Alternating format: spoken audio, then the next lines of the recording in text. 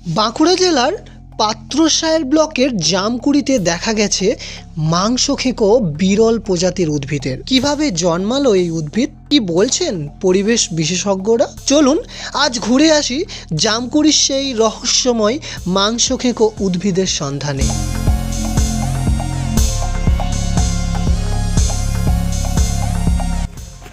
Hello বন্ধুরা, সবাই কেমন আছেন? আশা করি সবাই ভালো আছেন। আমি আজকে চলে এসেছি আরও একটা ইন্টারেস্টিং ভ্লগ নিয়ে আপনাদের সাথে। আজ আমি চলে এসেছি, দেখতে পাচ্ছেন আমি এই মুহূর্তে যে জায়গায় আছি, এটা কোনো পিকনিক স্পট নয় বা এটা কোনো ট্যুরিস্ট প্লেস নয় বা কোনো পুরনো মন্দির নয়। মানে আমার যেহেতু যে ভ্লগগুলো আপনারা দেখেছেন প্রত্যেকটাতে কিন্তু আমি ভালো ভালো যে জায়গা সেগুলো আমি আপনাদের দেখিয়েছি। আজকে আমি চলে এসেছি আমাদের পাত্রসায়ের ব্লকের জামকুড়িতে। হ্যাঁ বন্ধুরা, ঠিক শুনেছেন, জামকুড়িতে। আর এই জামকুড়িতে এই জঙ্গলের মধ্যে জন্মেছে একটা মাংসাশী উদ্ভিদ। সেই উদ্ভিদ কি, তার নাম কি, আমি সমস্ত তথ্য আজকে আমার এই ভিডিওতে দেবো। মানে আমাদের পাত্রসায়েরবাসীর জন্য গর্ব যে আমাদের এই পাত্রসায়ের ব্লকের আন্ডারের মধ্যেই পড়ছে জামকুড়ি। সেই জামকুড়ির যে বন, সেই বনের মধ্যেই কিন্তু আমাদের যে এই মাংসাশী উদ্ভিদ, মানে যে উদ্ভিদটা আমাদের এখানে জন্মেছে, তো সেই উদ্ভিদটা আমি আজকে দেখাবো এবং সেই উদ্ভিদ সম্পর্কে বিশদে তথ্য আমি আপনাদের দেবো। আপনারাও এই ভিডিওটা শেয়ার করে দেবেন যাতে এই যে উদ্ভিদ আমাদের এই জামকুড়িতে জন্মেছে, যাতে এটা বন দপ্তরের কাছে এই খবরটা পৌঁছায় এবং খবরটা পৌঁছানোর পর এই জায়গাটাকে পুরোপুরি সংরক্ষিত করে যাতে রাখা হয়। বা আমাদের যে এই মাংসাশী উদ্ভিদ যেটা আমাদের এখানে জন্মেছে, সেটা সাধারণত ঝাড়গ্রাম বা অন্যান্য গভীর জঙ্গলে সেসব জায়গায় জন্মায়, কিন্তু আমাদের এই পাত্রসায়ের জঙ্গলে জন্মেছে মানে একটা কিন্তু দারুণ একটা ব্যাপার, একটা তাজ্জব ব্যাপার।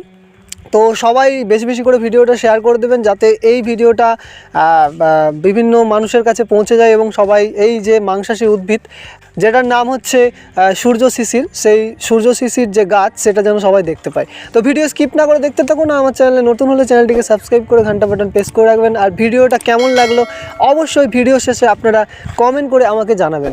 আর আমি এই ভিডিওতে আপনাদের আরও বিশদে ডিটেলস আমি দেবো, কোথায় বা কীভাবে আসবেন, বা এই যে সূর্য শিশির দেখতে কেমন হয় আমি সেটাও আমি আপনাদের দেখাবো। সো বন্ধুরা, লেটস গো।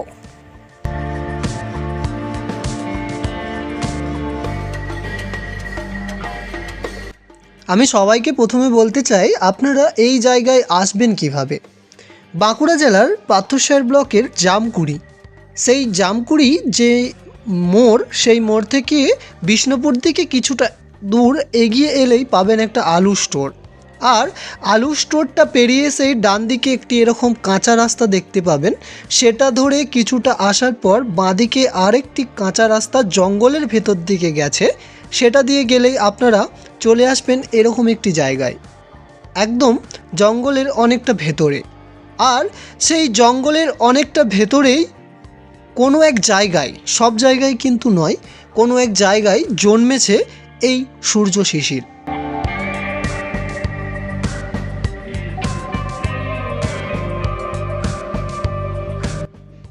আপনাদের কি সত্যজিৎ রায়ের সেপ্টোপাসের খিদে গল্পটা মনে আছে?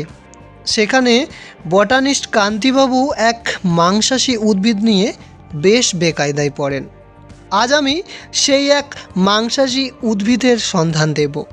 তবে সে মানুষকে গিলে খায় না, বরং খায় পোকামাকড়। এই গাছটা কোনোভাবে মানুষের জীবন নিয়ে ছিনিমিনি খেলে না। প্রায় এই মাংসাশী উদ্ভিদটি বিলুপ্ত হয়ে যাচ্ছে। পাত্রসায়ের ব্লকের জামকুড়ির মধ্যে সূর্য শিশির দেখতে পাওয়াতে মানুষের মধ্যে কৌতূহল সৃষ্টি হয়েছে। অ্যামাজনের জঙ্গলে দেখা যায় বেশি এই মাংসাশী উদ্ভিদ।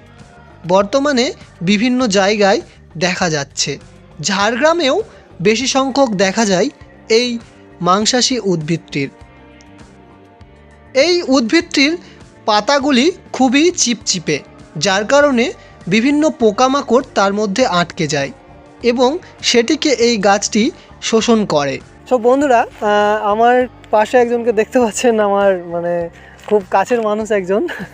তো আজকে আমি যে এখানে এলাম, মানে আমি জানলাম কীভাবে বা এই জায়গাটা অ্যাড্রেসটা, মানে সূর্য শিশির যে গাছটা সেটা কিন্তু অনেকটাই ছোট, মানে খুঁজে পাওয়া মুশকিল। তো এর আগে আমি ভিডিও দেখেছিলাম ফেসবুকে, মানে এই কার্তিকদার ভিডিওই আমি দেখেছিলাম।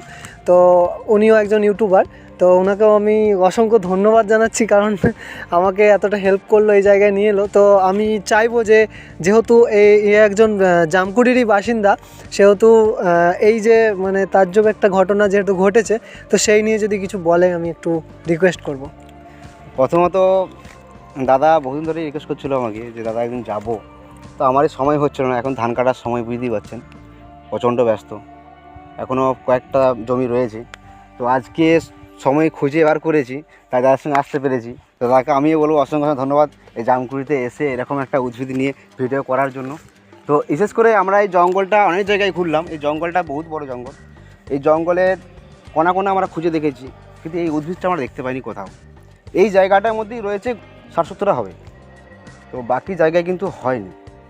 তো এইটা কিন্তু একটা অবাক করার জিনিস, কারণ গোটা জঙ্গলে চারদিকেই খুঁজলাম, কোথাও দেখতে পেলাম না, কোনো জায়গাতেই দেখতে পাইনি। তবে এই জায়গাটায় হলো কেন, তো এরপর সেটা আমরা ভালোভাবে বলতে পারবো না। যারা উদ্ভিদ ব্যাখ্যা করে, উদ্ভিদ নিয়ে যারা কালচার করে, উদ্ভিদ সম্বন্ধে জানে, তারা হয়তো বলতে পারবে কেন এই জায়গাটার মধ্যে হলো। চারিদিকটাই তো জঙ্গলের চারিদিকটাতেই বালি রয়েছে, সেখানে বালি সোতা জায়গাও রয়েছে, তো সেখানে কেন হলো না। তো এই নিয়ে 2 বছর হচ্ছে, 2 বছর আমরা দেখতে পাচ্ছি, ভবিষ্যতে দেখতে পাবো। যদি এই জায়গাটাকে ফরেস্টের দিক থেকে ফরেস্টের অফিসাররা যদি এসে এই জায়গাটা যদি একটু ব্যারিকেড করতে পারে, তাহলে ভবিষ্যতে আমরা দেখতে পাবো, নাহলে বিলুপ্ত হয়ে যাবে। তো আমারও এটা বলার ছিল, মানে এই যে জায়গাটা আপনারা দেখতে পাচ্ছেন আশেপাশে, এই জায়গাটার মধ্যে কোথাও কিন্তু জলের সোর্স নেই। আপনারা দেখতে পাচ্ছেন যে বড় বড় গাছ যেগুলো আছে সেগুলোই কিন্তু সব ঝিমিয়ে গেছে, ঘাসগুলো ঝিমিয়ে গেছে। তো এখানে যদি একটু জল দেওয়ার ব্যবস্থা বা কোনোভাবে যদি এই জায়গাটাকে সংরক্ষণ করা হয়, তাহলে আমার মনে হয় যে এই যে মাংসাশী উদ্ভিদ আমাদের যেটা জন্মেছে, তা মানে আমাদের পাত্রসাহেরের মাটিতে, মানে জামকুড়ির মাটিতে জন্মেছে, সেটা কিন্তু আমরা এই যে একটা ঐতিহ্য, সেটাকে কিন্তু আমরা ধরে রাখতে পারবো।